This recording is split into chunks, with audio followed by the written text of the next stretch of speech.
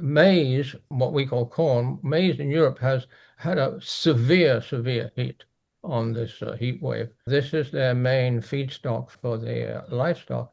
And so that's going to be a dramatic emergency. Europe is now in a food security emergency.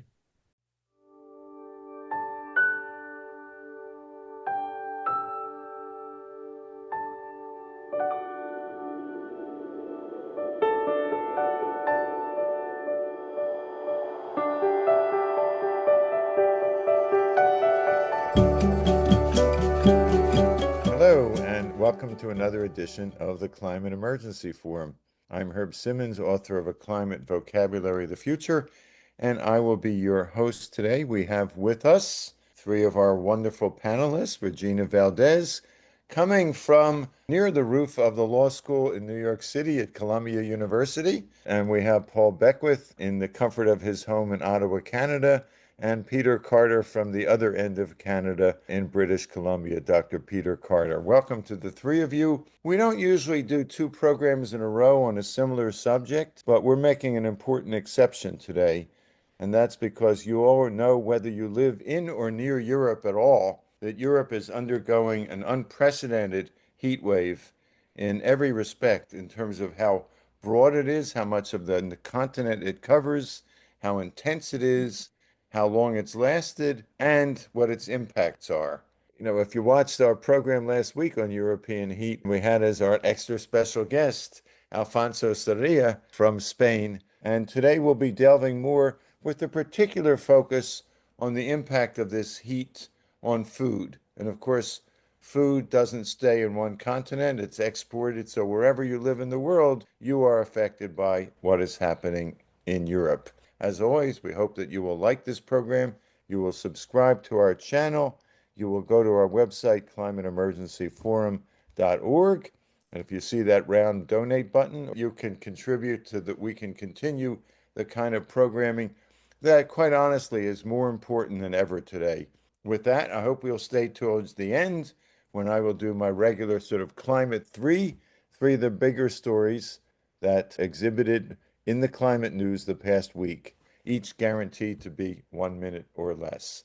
So with that, eager to get involved in the specific discussion of what in the world is happening in Europe, what can we make of it, and will it affect what we see in our supermarket or our farmers markets? Paul, the floor is yours. Thank you. So, first thing, I highly recommend that people search on their computers for the website called Earth Null School, Null School. Go to the atmosphere, look at the atmosphere. I think that's the default when you open the app, and go to 250 millibar, which is the pressure at the height of the jet streams, and have a look at what the jet streams are doing, because what's happening over Europe is the jet streams are forming a very strong ridge in the north-south direction. Europe sits underneath that ridge, and therefore there's high pressure and very few clouds, lots of sunlight, lots of heating and dryness there. If you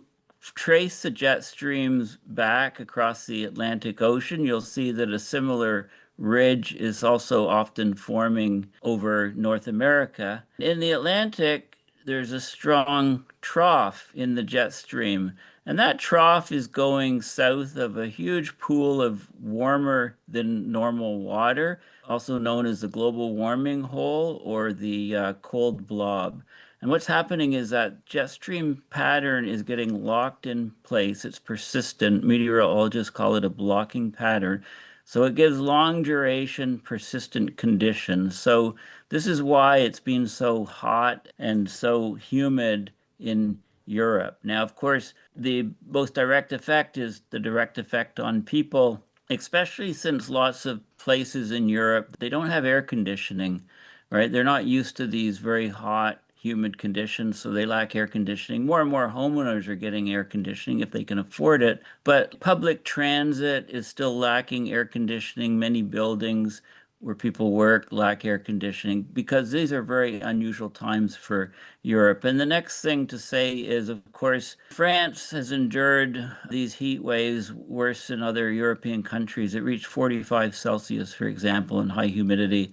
And France is Europe's top farming nation, top food producer in Europe. So many, many mortalities have occurred in chickens, for example, that are kept in long buildings, temperatures reaching 40, 41 degrees within, and the chickens just basically suffocating, dying of heat. There's drops of, milk in the UK don't produce as much milk. Dairy cows don't produce as much milk.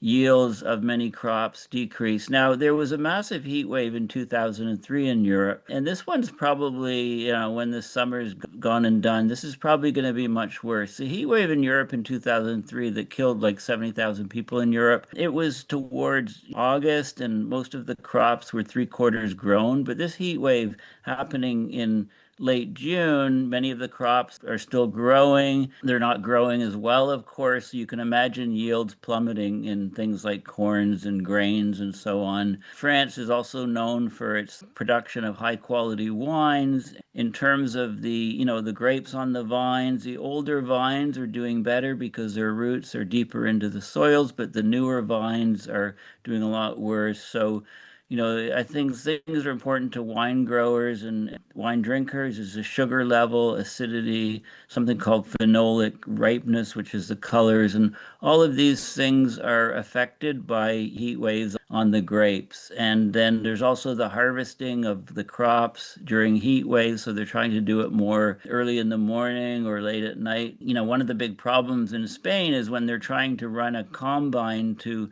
harvest grains, if there's any spark or so from the machinery, it can trigger fires, and this has been happening as well. So countries, of course, that rely on exports of food, when there's strife in a given country and their yields are way down, well, those crops are going to tend to stay in that country more than be exported. So then it ripples through the whole global food supply chains and so on. So that's one of the things to remember with these type of events is there's lots of cascading impacts. One thing affecting another, affecting another. Last thing I want to mention quickly is marine heat waves are also really having negative effects on fish harvesting and near coastal fish farms and oyster harvest, oysters, etc. So everything is affected in various ways, often unexpected. Those last two words, often unexpected, is sometimes the key. It's one thing to be able to prepare for things. It's not that we can't prepare for anything. There are certain things that are reasonably predictable, but because climate change is so unprecedented and it affects things that we never anticipate, it makes responding successfully really challenging. With that, let me turn it over to Regina for your thoughts. Hi there, Herb. Just as in Europe, the east coast of the United States is having a tremendous heat wave. And it's interesting because much like Europe, a lot of New Yorkers here in the city actually don't have air conditioning. Today, we're reporting to you July 1st. It's expected to be in the hundreds Fahrenheit throughout the weekend. The city has put out emergency cooling shelters, some offering protection for people and their pets as well, all over the 5 boroughs of New York City. So extreme heat can put a lot of pressure on women who are lactating and breastfeeding their babies if they're able to. Those who are able to can find it even more difficult than normal because of the heat's effects on a nursing baby and the nursing mother. When a woman breastfeeds her child, it provides stress upon her body. She can easily get dehydrated. She needs to drink more in order to continue producing the milk for her child. According to UNICEF, when women are under medium to constant heat stress, it stresses her ability to produce milk because it requires so much extra water for anyone in hot weather. This is why I have water here, and anyone in hot weather to just be even keeled. But when someone's drinking for themselves and to produce a meal for their child, it's so much more. So the heat can easily dehydrate a lactating woman. That stresses her, but it also, babies feel the heat. And as a matter of fact, babies can feel heat even more. They have less ability to regulate. And so they will get thirstier. They will want to nurse more, which will put even more stress on the mother. And there is a tendency for her to produce less milk. And it's like this vicious cycle of the baby being overheated by stress, needing to nurse, the mother being overheated by stress, wanting to nurse, but because of these incredible stressors on her body with all of the heat, it makes it very, very difficult to provide for her young child. And I will go to Dr. Peter Carter. Peter, what do you have to say on the subject? Thanks, Regina, and thanks, Paul. There are so many important things to say on this particular subject. Both yourself and Paul have explained some of those to us. So this is confirmed now as the worst heat wave that the European continent has ever had. The European continent is warming much faster than the rest of the world, about double the global average, and Paul has already mentioned some reasons for that. There are several reasons for that. These reasons are not going to go away. They're going to increase. And so Europe is going to have increasing, deadly, severe heat waves such as this. We are living now in a completely different world. The world has been radically, irreversibly changed, primarily by the fossil fuel industry. And so the headline of the World Weather Attribution was fossil fuel emissions have rapidly worsened European heat waves in just a few decades. This is all happening rapidly. My colleague Paul Beckwith was one of the first scientists years ago to point out that everything, even then, if you looked at the data, was changing at an abrupt pace. There are still deniers out there all over. So I have to mention the obvious, that there never has been anything more definite that global surface warming would increase heat waves. And the IPCC has confirmed now they're increasing in duration, frequency, and intensity. And that's what we're seeing in Europe now. Early heat wave of record intensity, and it will go on for a long time. I want to point out that this is happening. Thousands of people are being killed, 1,000 in France, now 1,000 in Spain, and those numbers will get worse. They will rise as the counts continue. This particular heat wave started on the 17th of June. It is actually the second of European major heat waves. It's happening at a global warming of 1.37 degrees. We are going to be, as James Hansen and colleagues have published, at 2 degrees C by 2030. So that's the world we have to prepare for, and that's the world that governments have to respond to. Of course, governments are still doing exactly the opposite. They are not protecting their citizens. They are not protecting the land. They are not protecting agriculture and water. They are protecting the fossil fuel industry. And I better not say what I think about that.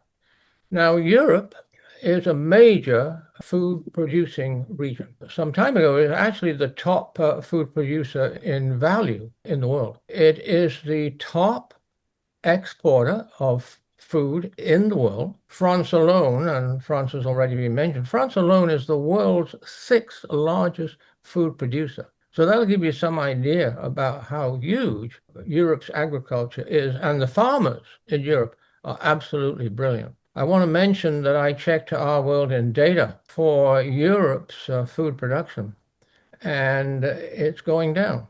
Food production started to decline rather substantially in 2020 in Europe. So this is the background that we're looking at it, and it's terrible, and we have to face it. So WMO has made it official that the European heat wave record, and it's damaging to agriculture, and that alone is a major crisis. The French Agriculture Ministry has warned, these are just coming out in the past day or two, that the heat wave will reduce food production output across French agricultural sectors in particular, but throughout the whole of Europe because they're getting another heat wave. And the minister pointed out that this will affect cereal production, it'll affect livestock, particularly poultry that Paul has already mentioned.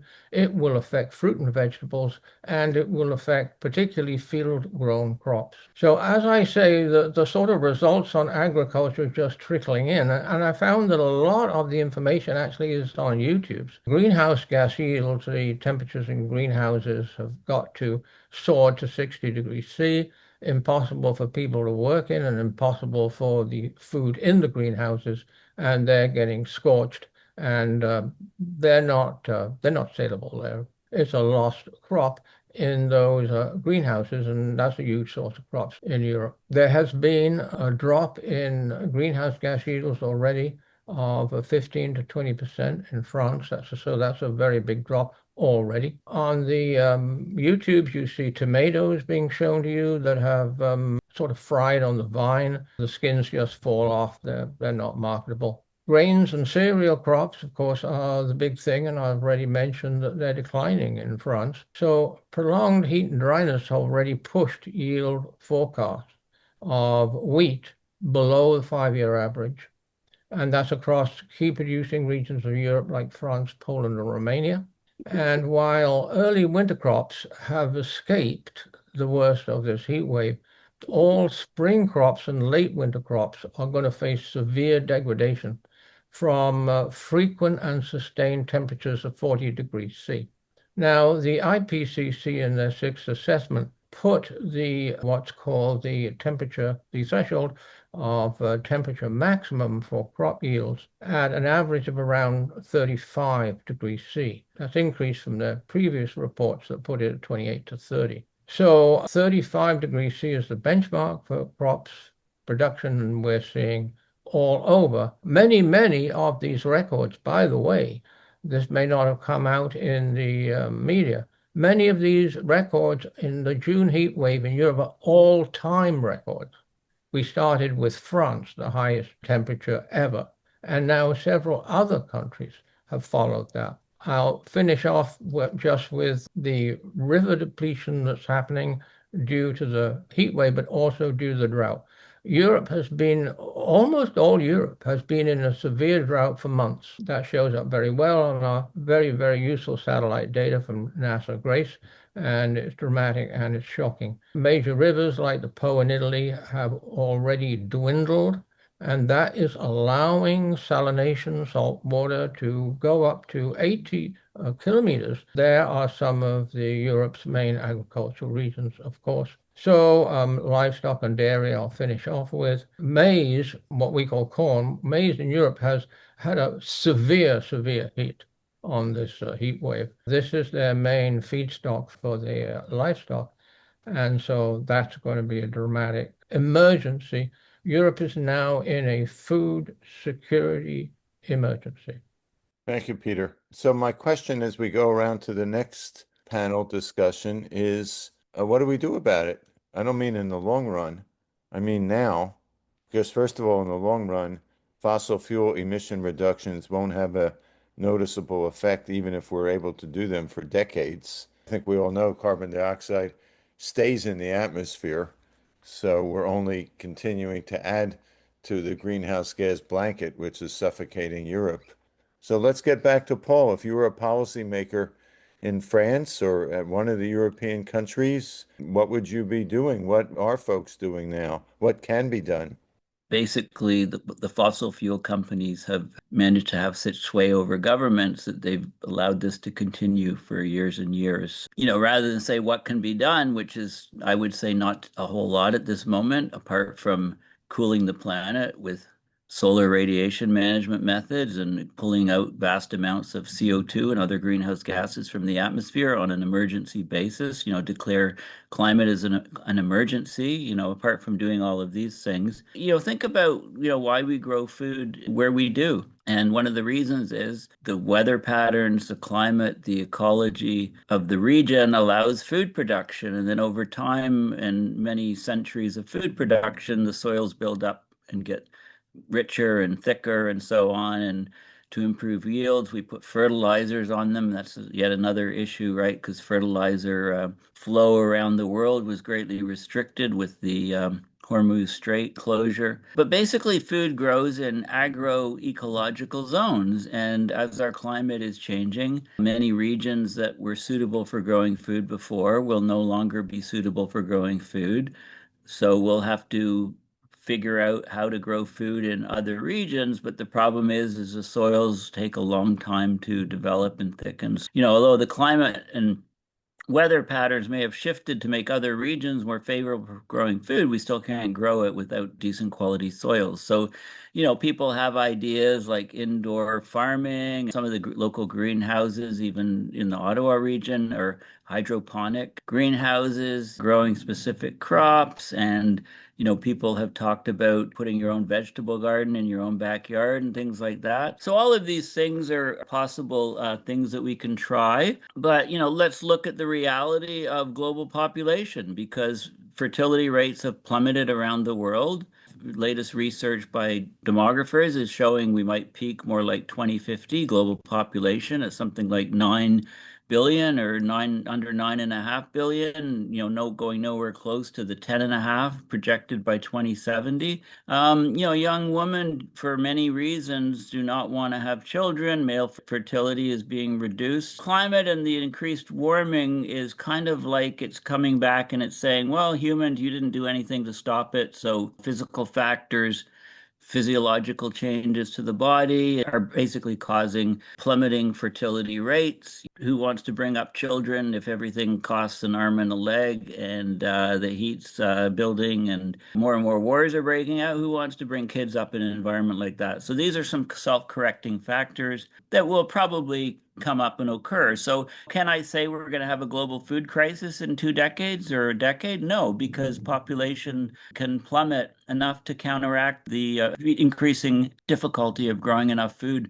on the planet to support everybody. I mean, basically, these projections I'm making, there's a lot of uncertainty, of course, as you know, but, I could change my view in a week or two with new information. But from what I see right now, sitting in my living room in my house, this is what I would say. There's all of these competing factors to take into consideration. So, yeah, I mean, we may have a global food crisis in a few decades, but we may not, because population plummets instead, which gives us a whole new set of issues to discuss, let alone, how population plummeting would affect climate and things like that. But right now, it's like extract as much fossil fuels out of the environment. To hell with all of the environmental regulations that were set in the 70s and 80s in the US. Everything's a free for all.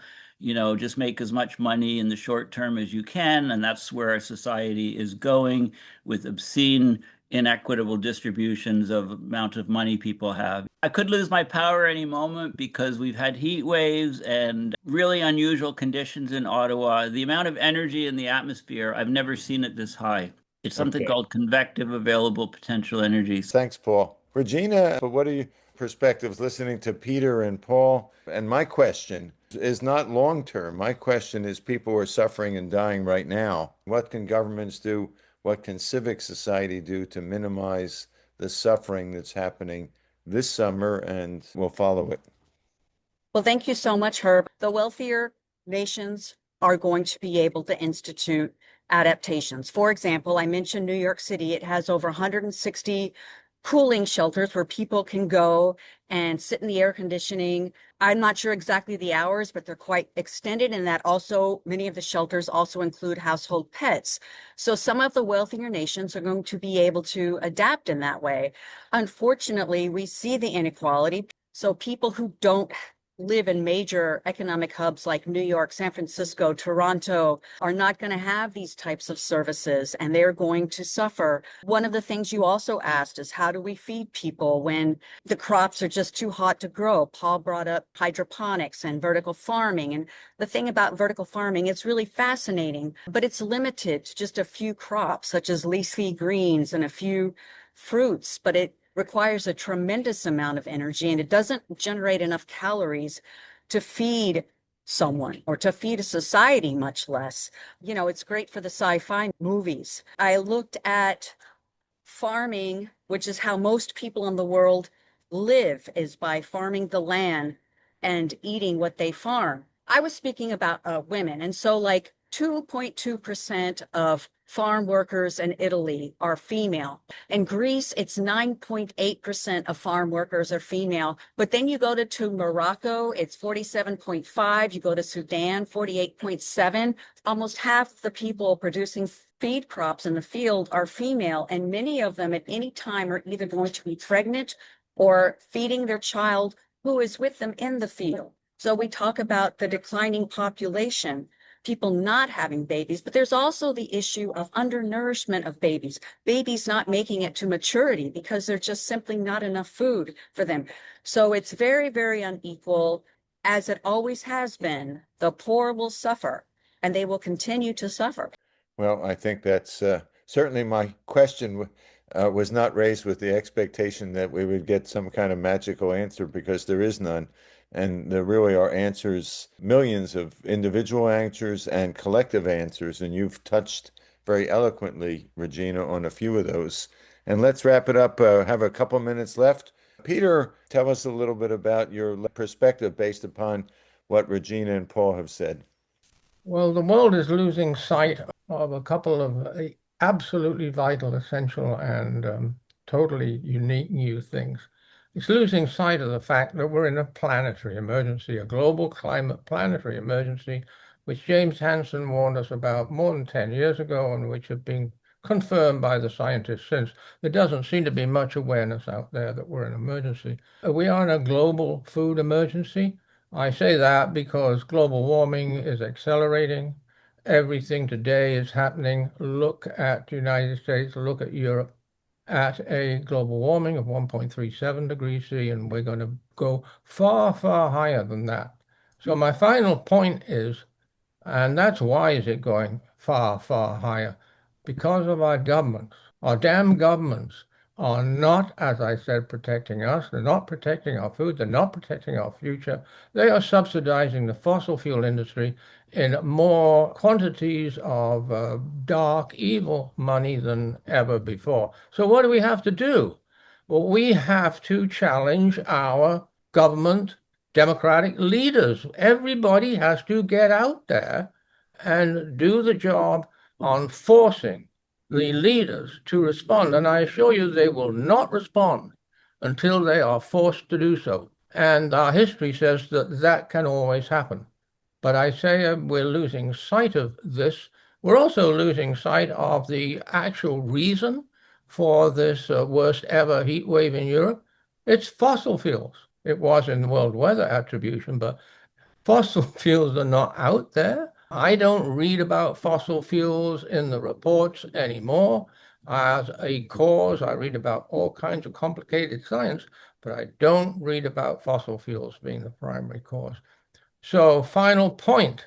Yes, we have to face this ourselves. We have to force our governments to face it, and we have to force our governments to stop subsidizing all fossil fuels immediately and tax corporations, not the citizens, tax corporations for their deadly planet destroying pollution immediately.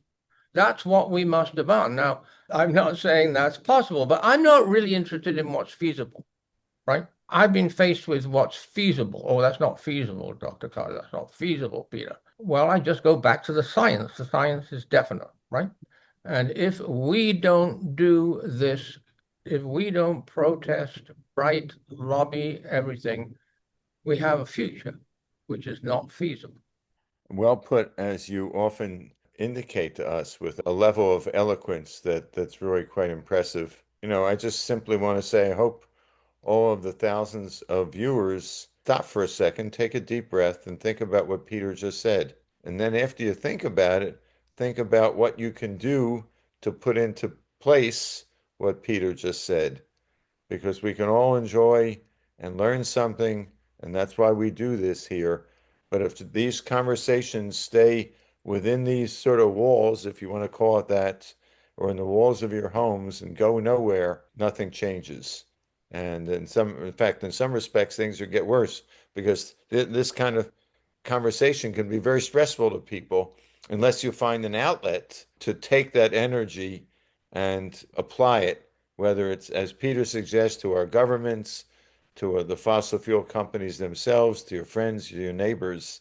That's basically what's behind everything we do. Thanks to our regular panelists for a really wide-ranging discussion of just some of the many dimensions of the European heat wave and how it affects food and how it affects everything else, including the food that we eat right here. And with that, let me turn, as I usually do, to the climate three of the bigger stories that we have noticed occurred in the world somewhere this past week on the climate crisis. The first is, if we think of New Delhi, if we think of heat in the summer, we think of New Delhi. and New Delhi is also sweltering. But the government of New Delhi has come up with a plan, even in a country that's hardly, one would say, wealthy. They have come up with a plan to make a commitment to give at least $1,000 to everyone who has an internal combustion vehicle in New Delhi to use that to buy an electric vehicle or so. This is because of the heat, this is because of climate change, but mostly, quite frankly, it's because of the air pollution, which kills and maims untold numbers of people in Delhi. And if Delhi can do it, every city should be able to do it. And if every city should do it, every country should be able to do it. That's one important means of accelerating the transition to a clean economy, which is essential to ultimately address the kinds of things we talked about today. Back here in the United States, the World Bank, which is down the street from me, not too far, and which many of you may know is one of the world's most important financial institutions. It lends on the order of $150 billion every year to countries in need for all sorts of projects. Well, they had a long-term and a long-time climate commitment of having some 45% of their lending be linked to address climate change, which, if you do the simple numbers, we're talking about well over $50 billion a year. And guess what? This won't be a surprise to many of you because of the man who also lives down the street from me a few miles in the White House. Now that commitment has been suspended. So those 150, $175 billion a year going to many, many countries for worthy projects will not have to address climate change at all.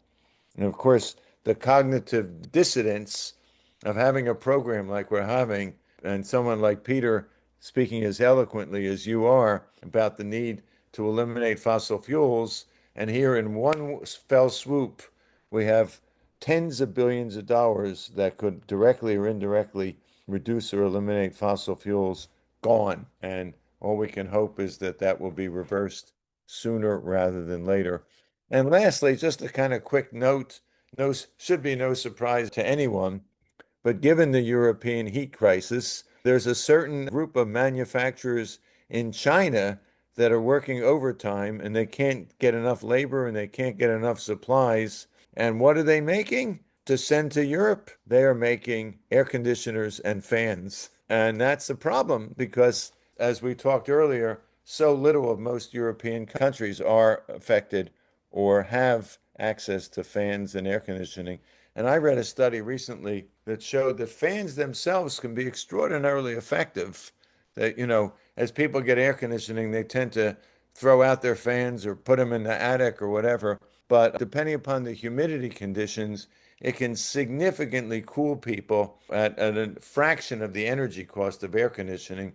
And of course, the problem with air conditioning is that as you use more air conditioning, you burn more fossil fuels. So we have this horrible cycle. And at least in Europe right now, they're trying desperately to break that cycle. So that's the climate three for today. You've got EVs in India, you got the World Bank going backwards, and you got Chinese factories going crazy to produce air conditioners and fans for Europe. Thank you very much, as always, for coming to the Climate Emergency Forum. Don't forget our podcasts. Please listen and watch. Charles and Heidi do an amazing job putting those together for you. I guarantee you'll learn them. You'll want to watch till or listen till the very end because they're always interesting. And with that, as always, we'll see you next week. Thank you and goodbye.